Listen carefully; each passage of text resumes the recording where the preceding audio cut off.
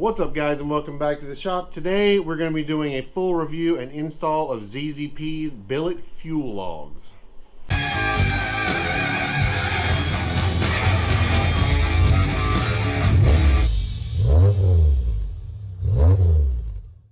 So first things first, I'm going to show you guys the kit as it comes.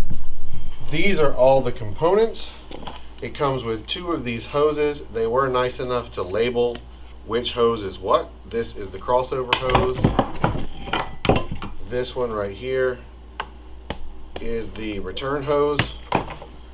Then you've got the fuel pressure regulator assembly, and you've got the front and rear fuel logs.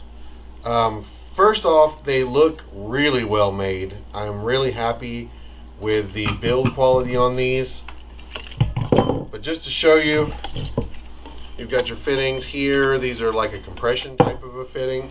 Now it comes with two of these, but you're not going to leave these both on here. One of these actually gets transferred to, I believe, this one. This is the rear. Yeah, gets transferred to this for the fuel line to attach to, and then the other one stays on there for the return. But I mean, the machining is really nicely done. It's anodized black. It just is a really nice looking piece. So as far as that goes, I'm really happy with them. But the next thing we need to do is we got to get them on the car. And so I'm going to show you how to take the old one out. But first of all, another thing I would suggest getting, I bought a brand new fuel pressure regulator. I would suggest doing that because as you see, it's all rubber under here and O-rings. And I know when you go to take the old one out, if it's like mine and it's been there for a long time, you may have a hard time getting it out without tearing it. So you're better off just to use this opportunity to replace the fuel pressure regulator too and start from scratch. You'll just need the snap ring, I believe, from your old fuel rail, which I'll show you how to do that once we get the fuel rail off the car. If I can ever get this untied. And that is a brand new AC Delco right there. And that's going to fit right in there when we get ready to install it. So removal on this is actually really easy, and this is a review, not a tutorial, so I'm not going to get too in depth here. But all you're really going to need to do, what I'm doing first here, is labeling the 3 spark plug wires that go over top of the supercharger because they will be in your way. So I'm labeling them to make sure I put them back in the right place. Then I'm just taking them off and laying them back behind it like this. There's a few other little pieces of wiring like my wideband wiring and stuff, which of course wouldn't be on your car if you don't have that, but I have a few things on top of mine.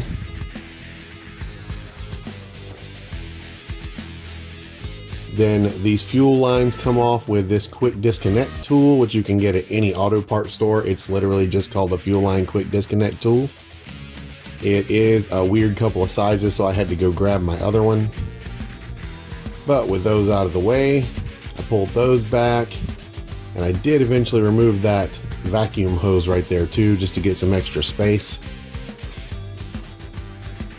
Then you have to remove, on the 99 anyway, this alternator support brace in the back, which is just 2 bolts, one that goes into the side of the supercharger and one that goes on the stud at the back of the alternator.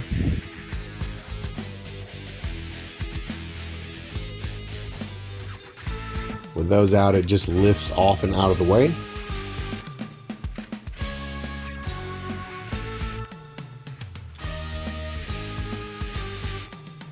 Then I just went around and unplugged all of the individual fuel injectors so that they were free of their wiring, and pulled loose any wiring that was attached to the fuel rail itself. A long flathead screwdriver is pretty helpful in getting these things unhooked because you do have to push in that little tab to pull the connector off.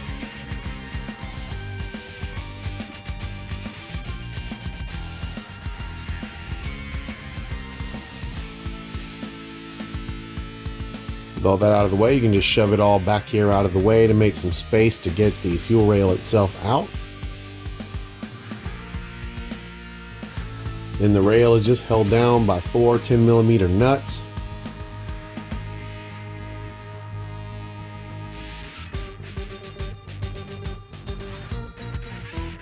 And with those out of the way, you can go around and wiggle and pull, and the fuel injector should come out of the intake manifold, or rather on the L67 out of the head, pretty easily.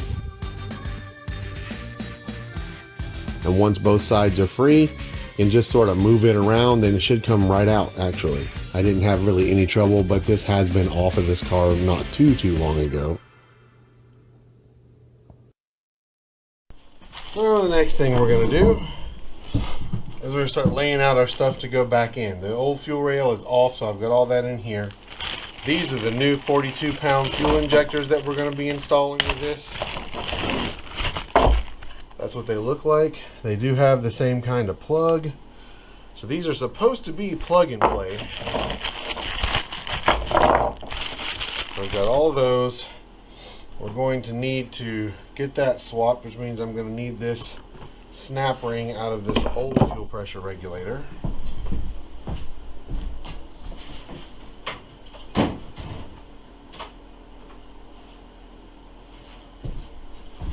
All you need for that is a pair of snap ring pliers. Just go in and grab this snap ring, compress it, wiggle it out like that. Then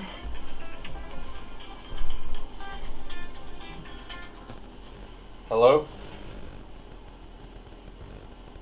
Hello?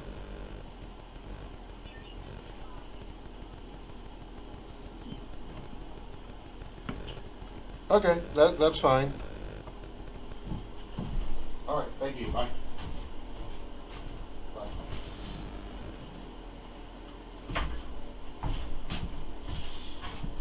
Okay, so all I'm going to do here, is this still recording? There we go. All right, all I'm going to do here is I'm going to use some dielectric grease to just lightly grease these O-rings up, just so that everything will pop together without me having to fight it much, because I don't want to run any risk on tearing this. This may have to be rotated to a different position later. I won't know that for a while, but because I don't know which way that vacuum line is going to come in yet, but no big deal there. These two should just push together, but I'm going to probably need this on here first because it looks like it's not going to stay apart. It's going to push itself back out. So I'm just going to get this down in here and try to compress it. Let's see if we can get... this is going to be very, very tricky. This is very tight.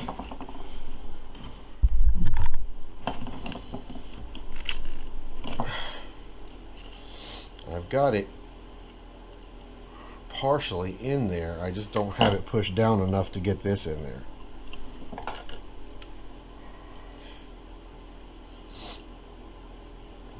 As far as I know, it's just a matter of it being tight.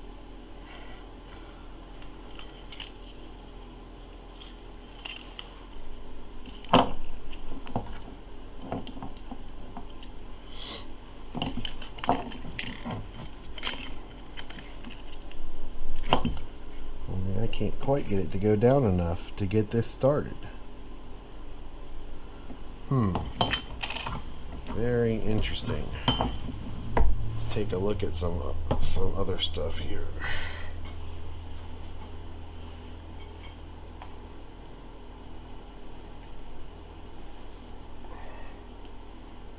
The old one was a really tight fit too, so it might just be that it's supposed to be that tight.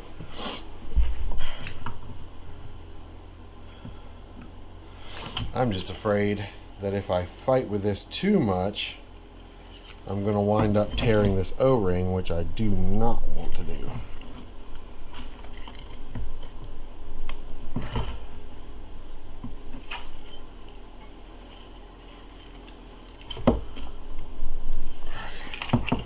That looks a little better. Let's see if we can get this in here now.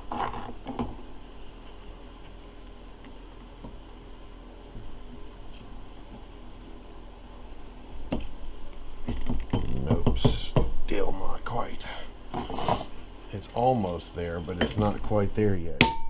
There she went.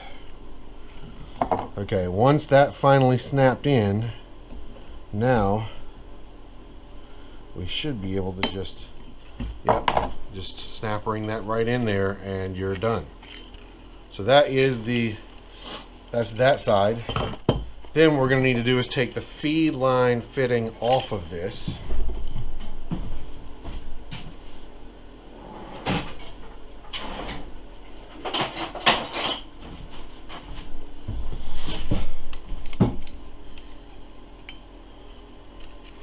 So we'll just take this one loose and go ahead and prep this rear one to go in. So this is the rear. You'll know that it's the rear because it has this fitting like this. And then what we're going to have is this is going to be the inlet fitting. Let's just make sure that, yeah, that looks like it matches up good. And that's a compression fitting, so make sure it's nice and snug.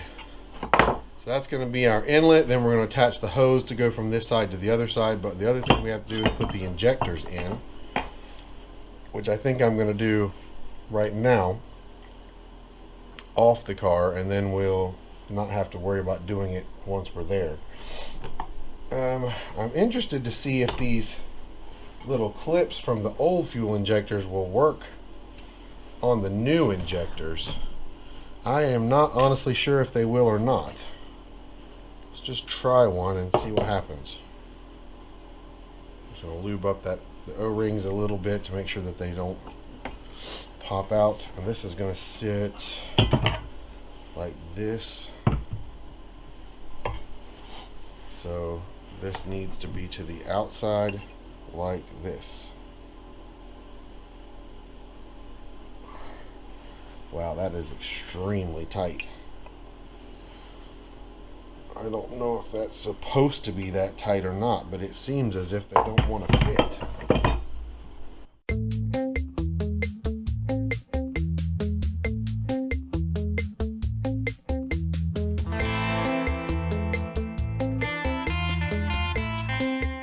Okay, so the first 3 injectors are in. The clips do work. One thing I'll say I'm very unhappy about is how tight the bore is to the injector. It seems entirely too tight. You can force them in, but I'm not going to be super surprised, to be honest, if one of these O-rings is not damaged as a result, because it's got an edge and it's just way too tight. But we're going to give it a shot and just see what happens first, and then we'll let you know from there.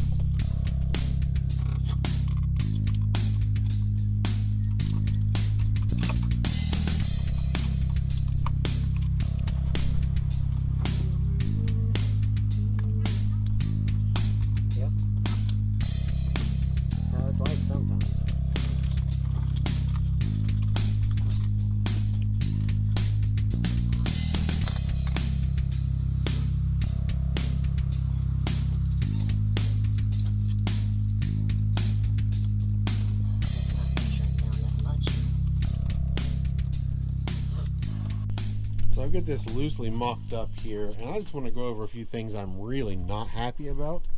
First of all, the way that they mounted down wasn't all that great. It took a lot of forcing. This bracket back here, which you may not even be able to see, but this bracket back here was interfering with the supercharger and wouldn't go down. I had to bend it 2 or 3 times. So as far as overall fitment of the rails to the engine, I'm less than happy, but it's not terrible. You can get them on. The next thing I ran into, this is too short, the crossover type pipe. I got it to fit, but I had to pull it really tight to this valve, which I'm not happy about.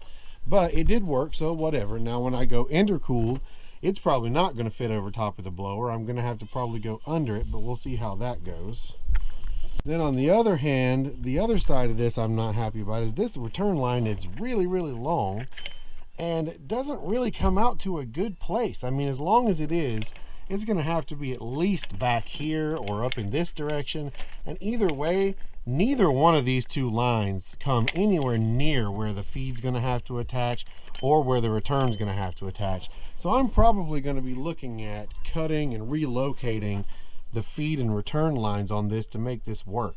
So I would have to say, as far as a kit that I assumed was going to be bolt-in, this is absolutely not bolt-in. This is nowhere near accurate enough to be just a flat bolt-in. It's going to require several steps of modification to get this the way I want it. But I'm not done yet. I'm not giving up on it, but I just wanted to point that out, that this, if you get this expecting just to slap it in, you're not going to be able to do that. So let me get back to work on this and I'll see how far I can get.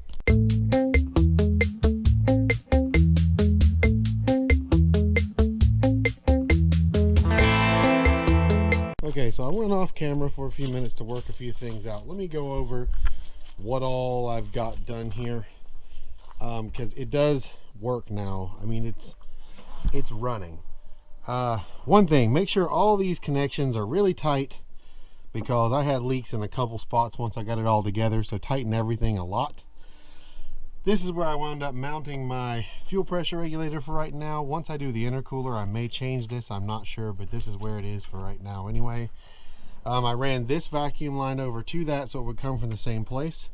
I relocated the boost gauge to the back vacuum hose right here. So that's what that is.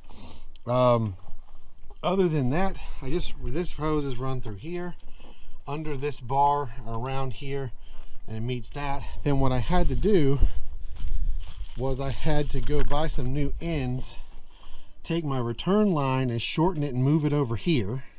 So it's just kind of wrapped around this, which I don't really like, but it'll do for right now. And then the feed line's back here. I shortened it so it would meet down here at the rail. I don't know how well you guys can see that, but that was the other thing that I did.